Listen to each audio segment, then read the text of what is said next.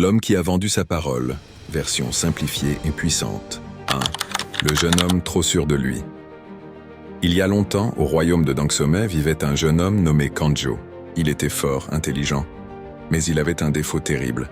Il ne respectait jamais sa parole. Il promettait, mais ne faisait jamais. Il disait « je viens », mais n'arrivait jamais. Il disait « je t'aide », mais disparaissait. Les gens du village disaient « un homme sans parole, c'est comme un tambour sans peau. Il fait du bruit, mais il ne sert à rien. » Kanjo riait. « Hé, ce ne sont que des mots. » Mais quelqu'un l'observait. 2. Le sage qui ne parle qu'une fois. Au bord du village vivait un vieux sage nommé Seko. On disait de lui « sa bouche ne parle qu'une seule fois. » Un matin, il appelle Kanjo. « On raconte que tu promets beaucoup, mais tu fais très peu. » Kanjo se fâche. « Ce sont des mensonges. » Seko lui dit « alors donne-moi aujourd'hui une promesse et tiens-la. » Pour impressionner tout le monde, Kanjo répond « demain, je viens t'aider à couper ton bois. » Seko lui serre la main. « Souviens-toi, une parole, ce n'est pas un vent, c'est ton âme. » 3. Le lendemain, la promesse cassée. Le lendemain, Seko l'attend. Kanjo, il est au marché en train de rire, danser, jouer, parier. Il oublie complètement sa promesse. Pendant ce temps, le vieux sage attend sous le soleil brûlant. Les gens lui disent « Seko, rentre, il ne viendra pas. » Il répond « J'attends la parole qu'il m'a donnée. » Le soir, il rentre seul, triste. 4. L'explication qui va changer sa vie. Le lendemain, Kanjo arrive. « Excuse-moi, vieux père. J'ai oublié, ce n'est rien, non ?» Le sage ne sourit plus.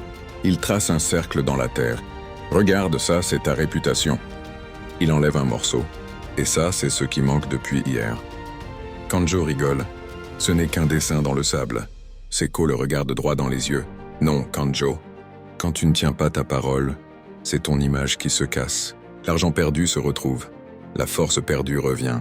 Mais la parole perdue ne revient jamais. » Kanjo reste muet, pour la première fois. 5. Le prix de la parole perdue. Le village change envers lui. Quand il arrive, les gens détournent le regard.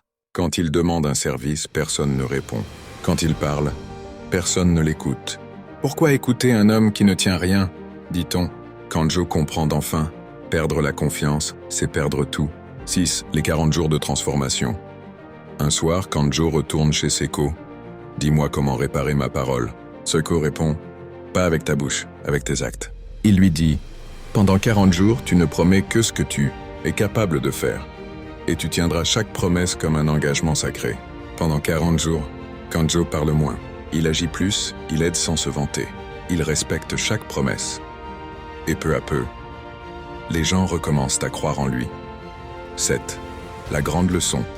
Le 40e jour, il retourne voir le sage. Seko trace un cercle parfait dans la terre. « Regarde, ton cercle est revenu.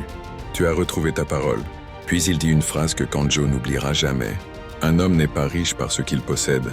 Il est riche par la valeur de sa parole. » À partir de ce jour, Kanjo devint l'un des hommes les plus respectés du royaume. Parce qu'il avait compris une vérité éternelle.